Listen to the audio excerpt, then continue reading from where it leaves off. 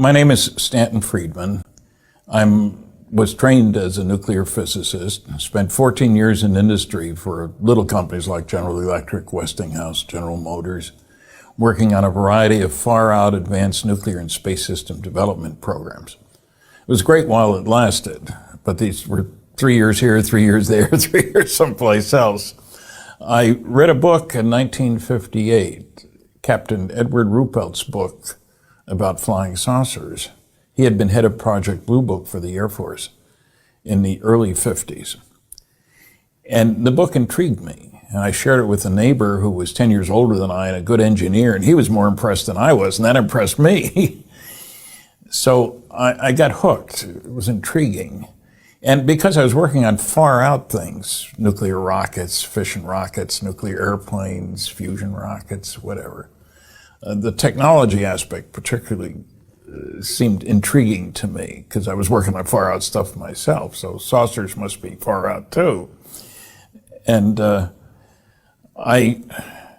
epiphany, a special moment came in the early 1960s when I was at the University of California, Berkeley Library. I had read 10 books about UFOs. And suddenly I was confronted with the largest study ever done for the Air Force, which hadn't been mentioned in any of these books. It was Project Blue Book, Special Report number 14. And I was in data heaven. Charts, tables, graphs, maps, wow. And also, another aspect of this report was that it included the press release that the Air Force issued in 1955 when this study was completed. And I was shocked because there was the Secretary of the Air Force, Donald Quarles, lying through his teeth about the results of the study. I don't like being lied to, especially by somebody at that level. He said, on the basis of this study, we believe that no objects such as those popularly described as flying saucers have overflown the United States. Even the unknown 3% could have been identified as conventional phenomena or illusions if more complete observation had been available. Well, I had the report. It was a total lie. The unknowns were 21.5%. That's a long way from 3%. And they were completely separate from the 9.3% listed as insufficient information. So it was wrong on both counts.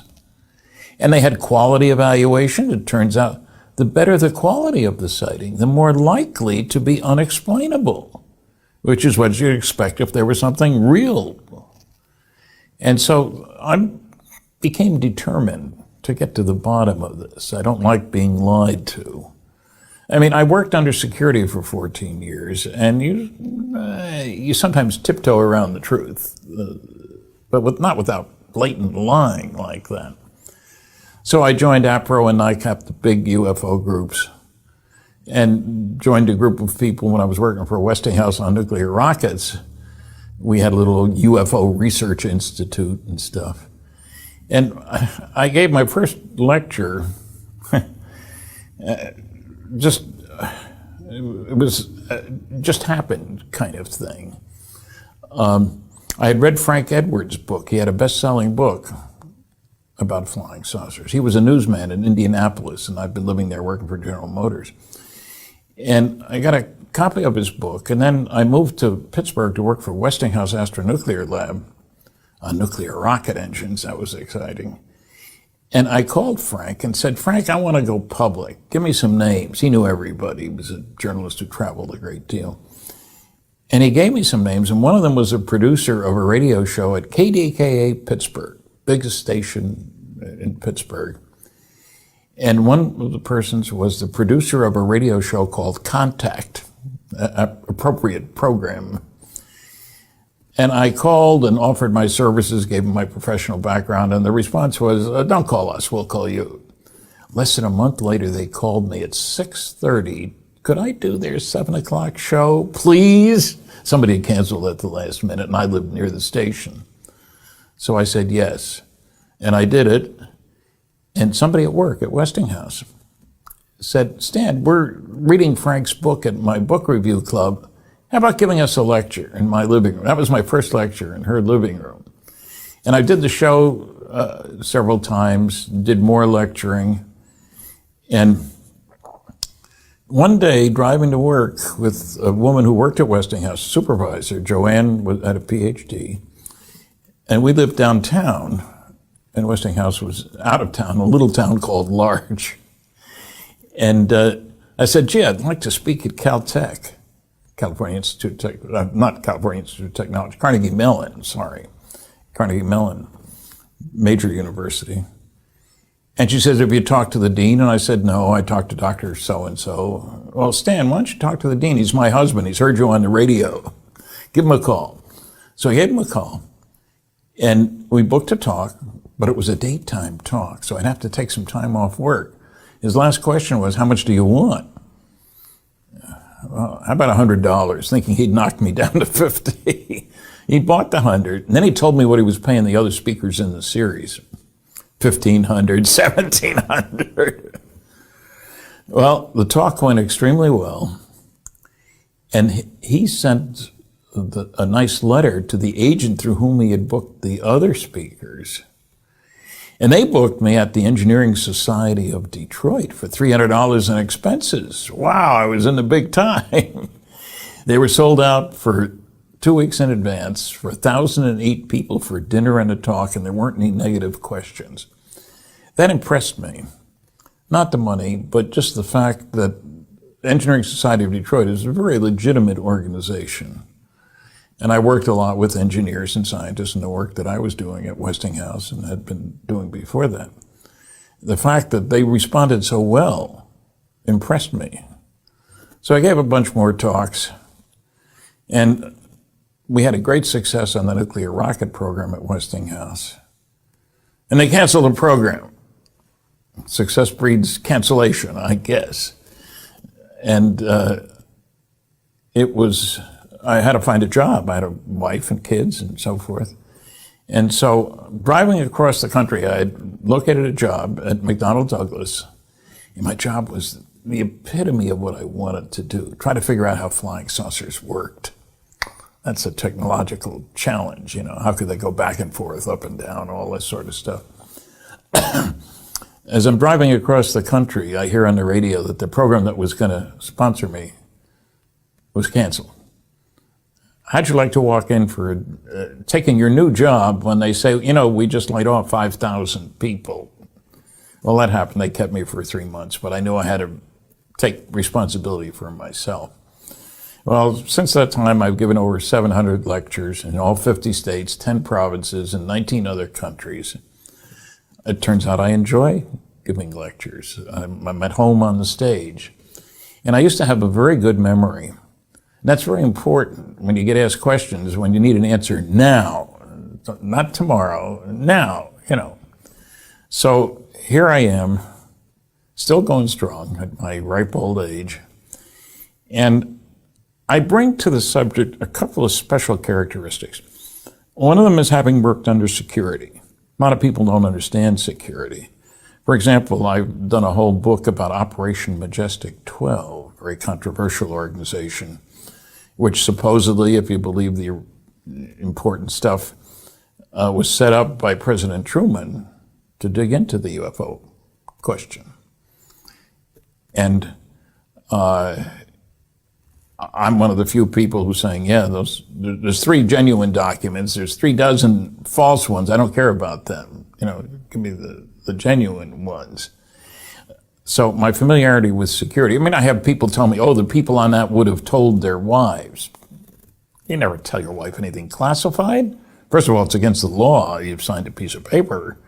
And second, loose lips sink ships. You know, who knows who's out there, who's nosing around to find out things that you don't want them to know. So security is one thing. Second is the advanced propulsion stuff. I mean, the biggest objection raised by scientific people, supposedly, is you can't get here from there. The SETI community, Search for Extraterrestrial Intelligence, I say it stands for Silly Effort to Investigate, SETI. And they say, well, the nearest civilization would have to be hundreds of light years away. And, well, that simply isn't true. And today, more than ever, we know, thanks to the Kepler satellite, that gee, there are planets all over the place out there. Not just occasionally. The average, it is assumed today, is 1 to 1.6 planets per star. Now, what does that mean? In a local neighborhood, within 100 light years, which is just down the street, the galaxy is 100,000 light years across, so 100 light years next door, there are 10,000 stars. So if there's between 1 and 1.6 planets per star, that means between 10,000 and 16,000 planets within a mere 100 light years. And throughout the galaxy, we're talking billions and billions of planets. And I'm not saying they all have life. They don't have to. You know, we nuclear guys are accustomed to dealing with the smaller part of something that makes a big difference. Uranium is mostly uranium-238. We want uranium-235. 0.7%. Ah, nothing. During World War II, to build the first atomic bomb, we established a facility that was a mile long, and you pump gas through it, uranium hexafluoride gas, and you want to enrich it in uranium-235. It moves a little faster than uranium-238 because it's a little lighter. During the war, we were using 5% of all the electricity produced in the United States just to pump the gas in that facility. In secret, mind you. So it's the 235 that matters, less than 0.7%. But who cares about the other 99.3%? It's 235 you want. So I have a peculiarly jaundiced background. You look for what's important, not the general things. Third, I found out that I was at home on the stage. I could keep my cool under fire. And I found that I enjoyed doing that. And I had a very good memory. This is a long time ago when I got started. But so it made a good combination. I could answer questions now. And I once figured I'd answered 70,000 questions in the course of my life. And also, I've been forced to think about a lot of questions, what I call the why questions. Why would aliens come here? Why doesn't the government tell us what it knows? Questions like that. I know I'm going to get asked about that sort of stuff, so I've got to ponder it. I've been to 20 document archives, some of them many times, presidential library, stuff like that. And getting back to this Majestic 12 business, the debunkers, a typical example was, oh, this document that you think is genuine was typed in the large pica type. But the National Security Council used only elite type, this gentleman said. And I've got 9 documents to prove it, and they're all elite type. He challenged me to provide any other genuine documents done in the same size and style type as this question document. He had never been, I found out, to the Eisenhower Library. I've spent weeks there. And to make a long story short, I, in my next visit there, picked up 14 documents done in the same size and style type, made copies, and sent him an invoice for $1,000. He offered me $100 each for every genuine document, up to a maximum of 10. He had never been to the Eisenhower Library, so this is off the top of his head. And I copied the 14, sent him an invoice for $1,000, and he paid me. And got very angry when I published a copy of his check in a book. But it's a ridiculous thing that he said without any knowledge behind it. So I enjoy being at archives. My basic rule is have facts in hand before putting mouth in gear, or pen. I've authored or co-authored 6 books. And I think that's an absolute requirement. You can't just say things. You have to have evidence for them. And sometimes you don't have enough evidence, so you don't say it. You may think it's true, and it may be true, but if you don't have the evidence, no way, Jose. That's not what you're talking about. So I also have the benefit of people telling me a lot of stuff after my lectures. are impressed with my background as a nuclear physicist, worked for big companies and so forth.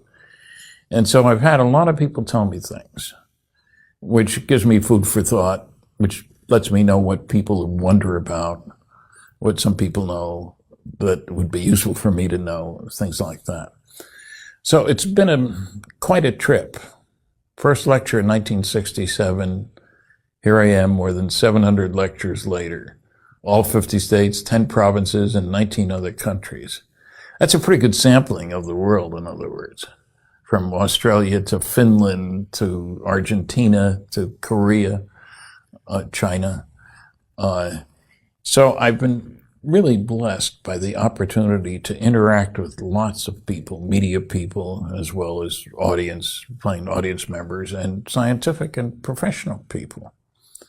So if you had asked me back in the early 60s if I thought I'd wind up being a full-time ufologist, I'd have laughed my head off. What are you talking about? You know, I worked my way through college. I've got to be a professional physicist. Well, got away from that, and I haven't regretted it, really. So one of the things that's been interesting is trying to look at the planet Earth, our wonderful home, the way aliens would look at it. How do we look to them? And it's not a pretty picture. I mean, let's face it, World War II, we killed 50 million people. Our own kind. These aren't aliens we killed. These are Earthlings. We destroyed 1,700 cities. Even this year, we're spending $1 trillion on things military. We have exploded, this surprises people, 2,000 nuclear weapons. That many? Yes, that many. And, you know, I'm a nuclear guy, but still, I don't like the idea of nuclear weapons and people being threatened. I've got a great-grandson, I've got a grandson. I'm concerned about the people on this planet. And, you know, it's kind of funny. People can't think of reasons for anybody to travel. Well, I can. All four of my grandparents were born in Europe. I grew up in the United States. I was born in the United States. But migration, colonization, they're a big part of what happens on this planet. I mean, Las Vegas, there weren't many people living there 150 years ago, I don't think you'd say. So I found this a fascinating opportunity to find out about something important. For example, I'm the original civilian investigator, the Roswell incident. And it came about because I was lecturing. I'm supposed to do 2 lectures at a television station, or 2 interviews at a television station in Baton Rouge, Louisiana, speaking that night at Louisiana State University. And I did the first 2, and the third reporter was nowhere to be found. This is back in 1978. The station manager is talking to me. He's giving me coffee. He's looking at his watch. He knows I have things to do, and so does he. Out of the blue, he says, you know, the guy you ought to talk to is Jesse Marcel.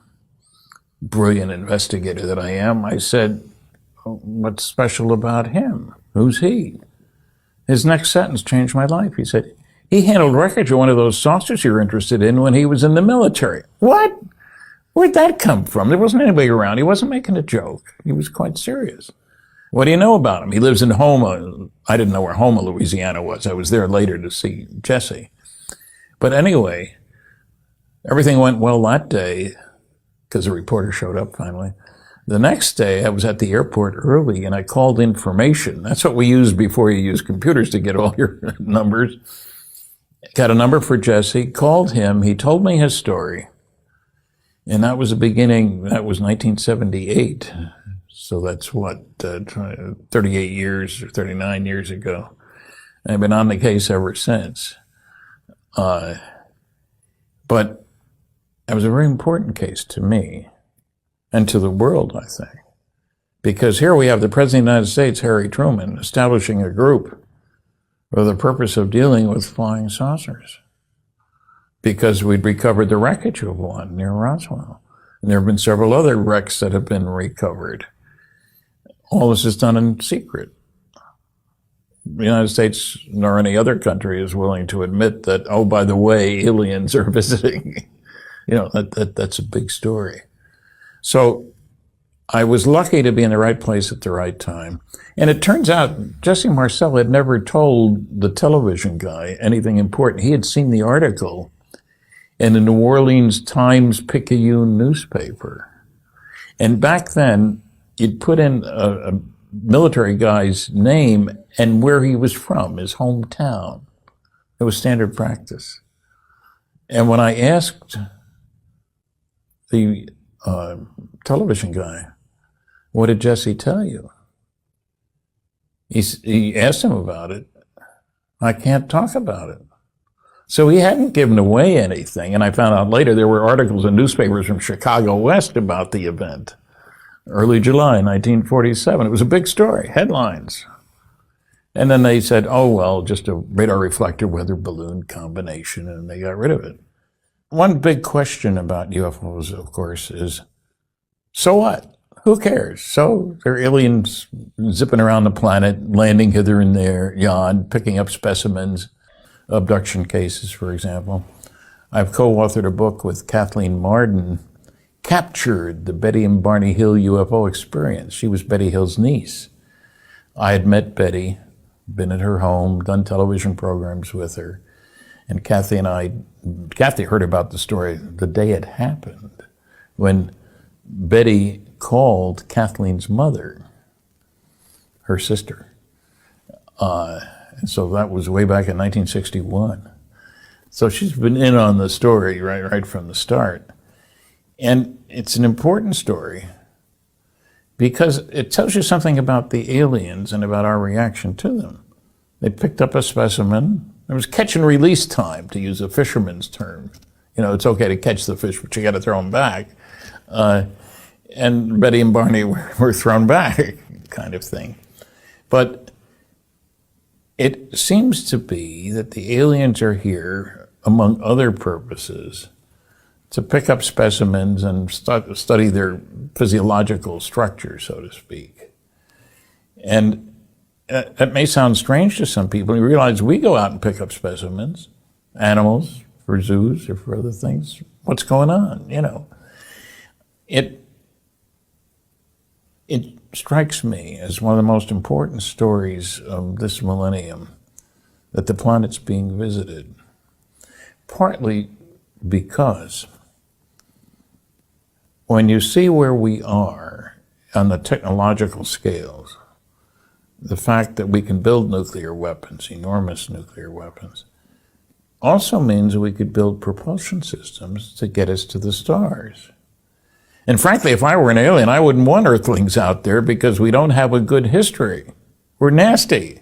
We're not nice guys here on Earth.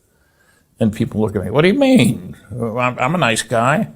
Yeah, but the planet is spending its resources for killing people more than it is for helping them, saving them, feeding the starving, feeding the poor. So there's a question. What are the others in the neighborhood doing? Are there rules of engagement? In other words, are there rules that you can't go bother somebody else? We don't have a planetary government. You start to think about that. That is a little strange. We have, 195 countries, I think, the last time I checked. And there are people in power who love having power, running each country kind of thing. I get people saying, why don't they just land on the White House lawn? Well, it's a no-fly zone for one thing. That's apparently not why they're here. They know we know they're here. After you've been tracked on radar umpteen times, I've found information about a lot of good radar cases. So my role is to take advantage of my professional background as a nuclear physicist who's worked for a respectable companies like GE, GM, Westinghouse, etc., to educate people about the enormous amount of evidence that's out there and to raise the question, how do we want to behave? That's not a trivial question when we're building nuclear weapons all over the place. I'm a nuclear guy. I appreciate that in the sense of, my God, so much power in the hands of people who I wouldn't trust with that much power. There's a few countries now, everybody else is trying to get nuclear weapons. to exert their power on their neighbors. This is a mess. I don't want my great-grandson to grow up in a world that is still doing the same thing when he's an adult. We need to get our act together on this one. So that's one of the things that drives me. Yes, I enjoy being on the stage and so forth, but there's a bigger story here. And I wish I had access to the files of the aliens. How many civilizations make it once they've reached this point of developing nuclear weapons? Will everybody do that? Well, there's a key factor here.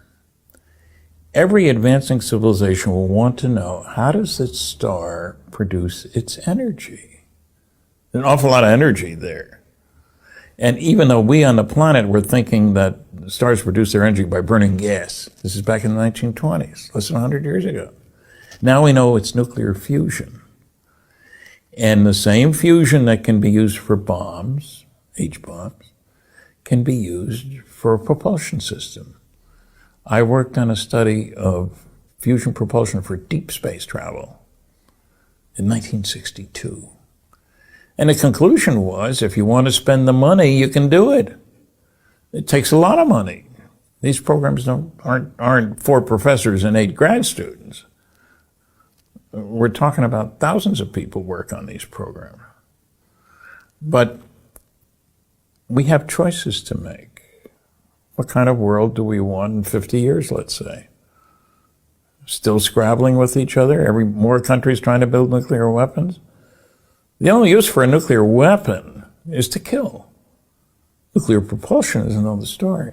And, the Navy learned this a long time ago. The United States Navy has not only submarines that can go around the world underwater, nuclear-powered submarines. In the First World War, or Second World War even, German submarines could stay underwater for a day. Diesel engines, they need air. You can't keep them under the water. Now, you go around the world literally underwater without coming to the surface. That's since 1960. It makes a big difference. It means you don't know where my submarines are. You attack me, I can attack you without your being able to stop it. The nuclear Navy has nuclear-powered aircraft carriers. Operate for 18 years. 18 years without refueling. That's rather incredible. If you're a ship captain, that makes one heck of a lot of difference if you don't need to have a tanker or 2 or 3 or 4 circling around. So it forces one to think about these things. What can we do to make the world a better place for our great-grandchildren? I think of that because I have a great-grandson. And I'm concerned. What are the chances of getting through this time of great tension? Right now, as we speak, there are Cold War battles going on, so to speak, battles of words. But those could easily lead to battles of weapons. And that concerns me. So we need to consider our place in the scheme of things. Flying saucers give us so much evidence from all over the planet. I said I've spoken in 19 countries. Everywhere people are interested. And sightings occur everywhere. It's not an occasional this country, that country. It's everywhere. When I check my audiences at the end of my lectures like Flying Saucers Are Real, or A New View of the Cosmos, or the Roswell Incident, and stuff like that. At the end of the lecture, I ask, how many people here believe they've seen what I would consider to be a flying saucer? I've defined my terms earlier. Just raise your hand and I'll point and count. No names. Typically, it's 10%. I've had crowds as big as 2,000, so that's a lot of people. But then I ask, how many of you reported what you saw? 90% of the hands go down. If there's anybody left, I'll say, how many of you were in the military at the time? If there's still somebody left, want to tell us about it?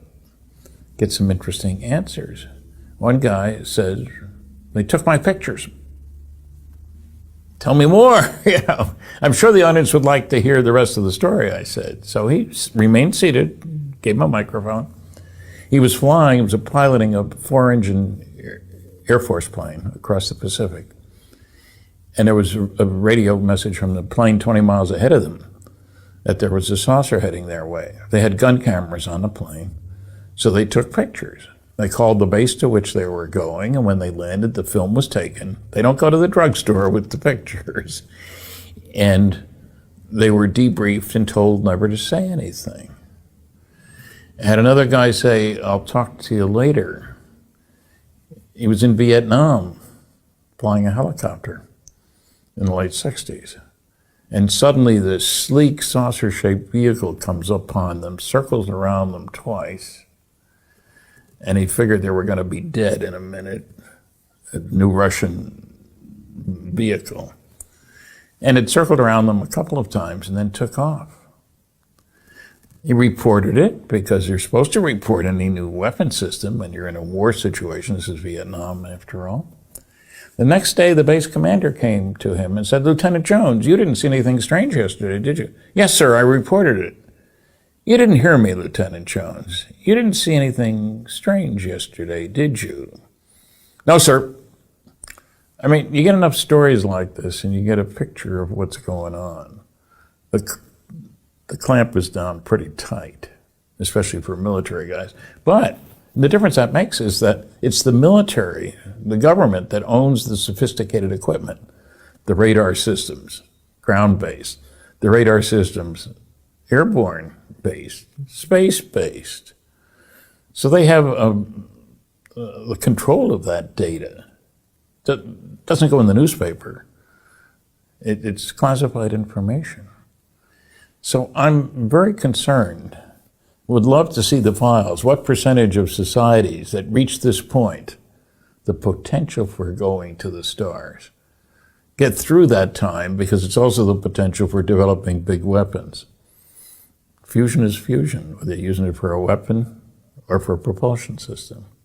So we need, there have only been a little bit more than a dozen PhD theses done about UFOs. There's room for plenty more. And I don't want everything out on the table because there are real security implications of technical data that anybody could use to build better weapons, propulsion systems, etc. But I think we need to start looking at ourselves in a new way. We're not alone. We are not behaving very well from an outsider's viewpoint. I wish I had the gift to see us as others see us, somebody once said. So I have felt privileged to be in the center of this maelstrom of discussions, of activities all around the world. I don't get to travel a lot too, but it's exciting, it's stimulating, it's mentally alerting. You've got a responsibility here. If you know something that would help people think of themselves as earthlings, that would be progress. Ufology is in sort of a mixed bag situation. UFOM is quite active. It's the largest of the civilian groups. It's got a few thousand members now. It receives between 500 and 1,000 reports a month, but it doesn't have funding for a lot of scientific investigations. I heard today discussions about electromagnetic effects associated with UFOs and electric fields and what's going on here, high tech. Secondly, I think it's time for the media to do their job. There isn't a lot of good media coverage of the subject where you look carefully at the facts and the data and you go out to find out more information to back up what you started out with. We need to kick that up. More courses. There have been college courses taught about UFOs. And I've even taught at a couple of campuses, lectured at a couple of the campuses where these courses were taught. But we need a wider vision. There are some religious implications here. Some fundamentalists insist that all the sensible beings in the neighborhood are here on planet Earth, that the UFO stuff is the work of the devil, they say. I think there are implications, and there's a whole book, an excellent book by Dr. Barry Downing, The Bible and Flying Saucers, going back through the Old and New Testaments. And there are UFO cases all over the place. That helps explain some of what's gone on. And so there's a lot of work to be done to move forward in a new direction, to gather more evidence, to get people aware of the evidence that we do have. So that's part of what I try to do, is to get people excited about, hey, maybe we can find out some more. And what you find, incidentally, is that some of the best cases are the ones that aren't reported. The former military guys and stuff like that, because they're afraid of running afoul of security and being punished. Penalties for breaking security are stiff. Long imprisonment, high fines, stuff like that. These guys are going to shut up unless there's a special situation in which they're willing to talk. So ufology is not in a great state. On the other hand, it's better than it was. If you look at meetings like this one here, there's some good papers by some good people presenting solid information. The MUFON conferences often have that. And so we're moving in the right direction, but we got a long way to go.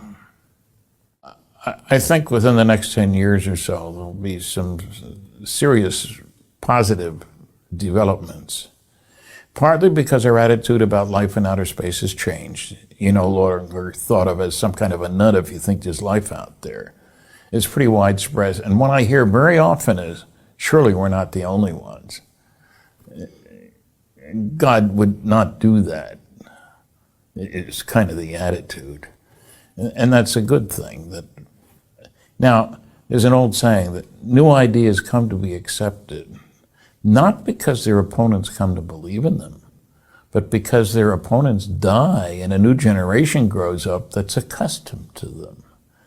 So I think that's happening with UFOs. And I'm glad. Well, I'd like to say that we need to spend some time thinking about what does it mean to us, me, my family, my greater family, that we're not alone in the universe. What will it mean for my great-grandson? What can we do to make the world a better place in which our efforts can be spent to improve instead of to kill? This sounds like a stupid question. Well, of course it's more important to improve than it is to kill. We haven't been acting that way. Just look at the budgets for all the countries on this planet. So I'm still an optimist. I mean, I'm going to be 83 in my next birthday, and I'm still hopeful that man will learn to do better, to be concerned about the larger picture of where we fit in the scheme of things, and to get rid of our big ego about we're it. Whatever we do is the only important thing that can be done. I'm sorry, I don't buy that for a minute.